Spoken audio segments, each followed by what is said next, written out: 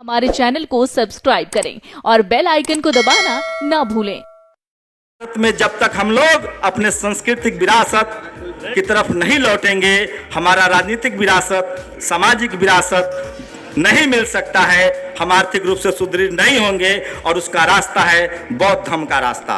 ये धम्म है, विचार है। मैं दावे के साथ कह सकता हूं कि इस दुनिया का कोई भी नागरिक धम्म के विचार पर चलेगा, वो अमानवीय नहीं हो सकता है, वो क्राइम नहीं कर सकता है, वो सबसे श्रेष्ठ मानव होकर निकलेगा।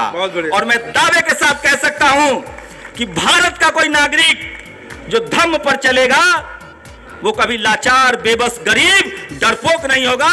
नहीं भरोसा है तो आजमा के देख लीजिए, मैं उसका जीता जागता उदाहरण हूं।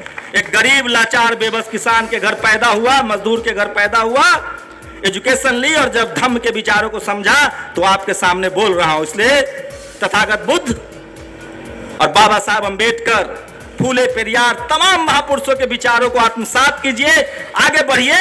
और कबीर की तरह, इसी बनारस में कबीर थे, कबीर की तरह आंख में आंख डालकर बात करना शुरू कर दीजिए। आपका डर उसी दिन से निकल जाएगा और आप सम्मान की जिंदगी जीने लगेंगे। और वो रास्ता एक ही है, तथागत बुद्ध का रास्ता, धम्म का रास्ता, जो मानव कल्याण का रास्ता बताता है। और उस पर प्राउड कीजिए कि आप सम्राट अशोक के वंशज हैं, आप धम्म के अनुयायी हैं, जो हिंसा, गैर बराबरी, भेदभाव और वैज्ञानिक दृष्टिकोण को अपनाता है और इन तमाम बुराइयों को खत्म करता है। इसलिए धम्म में अगर कोई एक बुराई निकाल दे तो मैं धम्म छोड़ दूंगा। इसलिए मैं कह रहा हूं, हम पूरी दुनिया को रास्ता दिखाने वाले। अंत में जब दुनिया के किसी देश में भारत के राष्ट्रपति, प्रधानमंत्री जाते हैं तो कहते हैं हम बुद्ध की धरती से आए हैं। इसलिए बुद्ध को आत्मसात कीजिए, उनको पढ़िए। उनके पढ़ने से, उनके रास्ते पर चलने से आपकी बीमारी, आपकी गरीबी, आपकी अशिक्षा, आपकी लाचारी, आपकी बेबसी और आपका डर खत्म होगा। क्योंकि बुद्ध वो ताकत है जो अंगुलीमाल को भी धम्म के रास्ते पर ला देता है।